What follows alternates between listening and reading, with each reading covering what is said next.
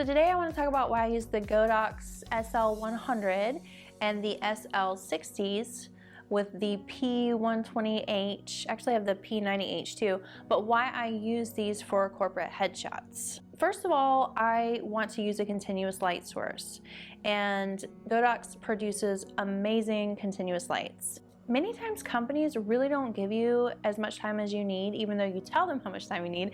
A lot of times you don't get as much time as you need to critique each shot, get people in and out, make sure that they are perfect and everybody looks great. So if you're using a continuous light, then you're cutting down the time that you need to critically look at that person, because the light is shining on them. You don't have to take a test shot if they're too tall or too short, or see where the light's falling on them to see what needs to be done. If they have some sort of facial feature that's different, or if they have a double chin like me, you will automatically see that with the light shining on them, and you can go ahead and fix that with the first shot. I chose the Godox over the aperture lights because honestly, I was raised to be frugal. When I started my business, I literally started with a D50, I mean, I say it's a terrible camera now, but that's because it's like 20 years later. Even though I still have a picture on my wall that's like 40 by 40, and it's massive, from that camera. But I really like DIYs. I really like being able to figure out a challenge. And so for me, it's a no-brainer to say, okay, let's try this Godox, because it's like $200-300 bucks, you know? When it comes to quality for my clients, I do not skimp. So when it comes to image quality with the cameras and lenses that I usually try to purchase anything new that comes out, not because I'm a gear snob or a gear junkie, but because if they actually outperform the old lens, I want to be able to give that to my clients. When it comes to light, light is light. Now there could be white balance, like color balance differences, things like that, but as long as you know how to control the light and modify it, light is light. I love a challenge, and I love the underdog. I have made DIY photography snoots, ring lights. I still use like a foam core for a reflector sometimes, just because of the softness of it. There are a lot of things that I do that I feel like help me to be more creative, because I'm the type of person that loves to work with their hands. I started out as more of an artist than a photographer many years ago. And so I actually started out in a darkroom as a photographer, so doing things on the computer kind of just drives me crazy.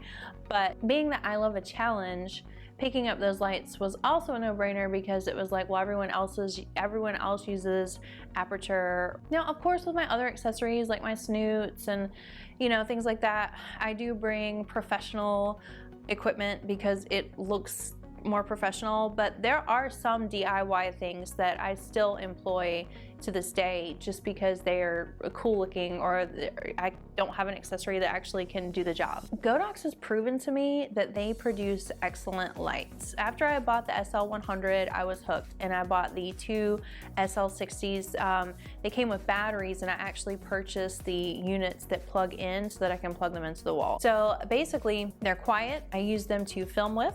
I'm actually using the SL60 right now, which I think the SL100 seems to be a little quieter than the SL60, but I'm using the SL60 to film with. The ones that I bought are consistent with color balance, where I've seen a lot of reviews that they're not, but the aperture ones aren't either. They are rugged. I had an assistant knock one down once, bending the metal frame of it, and it still works to this day. And that was like maybe 6 months ago or a little bit longer.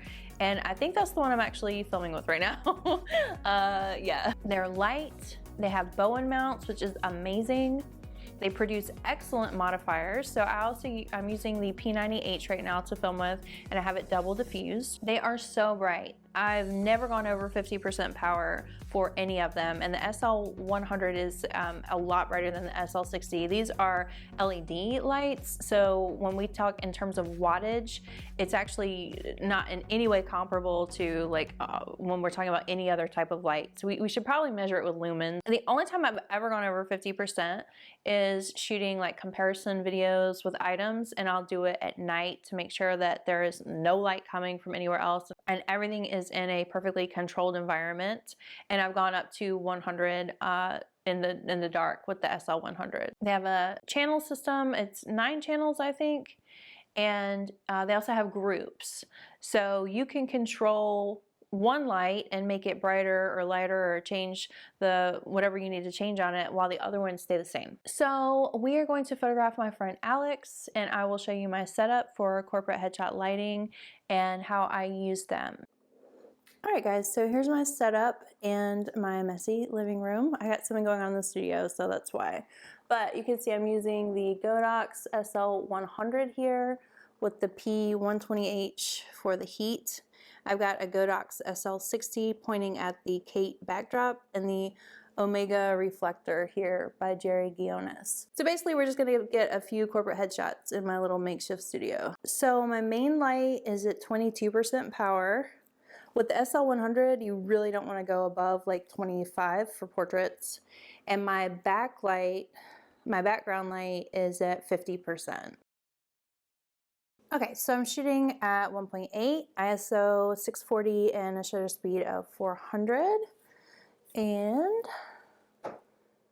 okay, yeah, towards me. There you go. Okay, and pose like you were posing. So if you look at his face, on the right hand side there is a little bit of shadow so that we can actually get some sexy bits and carve out his face a little bit more. The main light is meant to be flattering, and then of course I have the reflector to get the clamshell effect with that model lighting. Alright, take your arm off of your body a little bit. Perfect. Face towards the light just a little bit. Okay, eyes to me. Stand up straight, back straight. Perfect.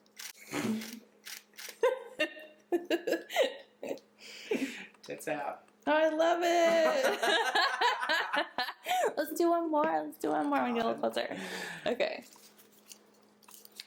Okay. Arms off the body. Oh, I'll knock the camera over. Arms off the body just a little bit. Pull your shirt down just a teeny bit. Yeah, there you go. Okay. Perfect. I love that.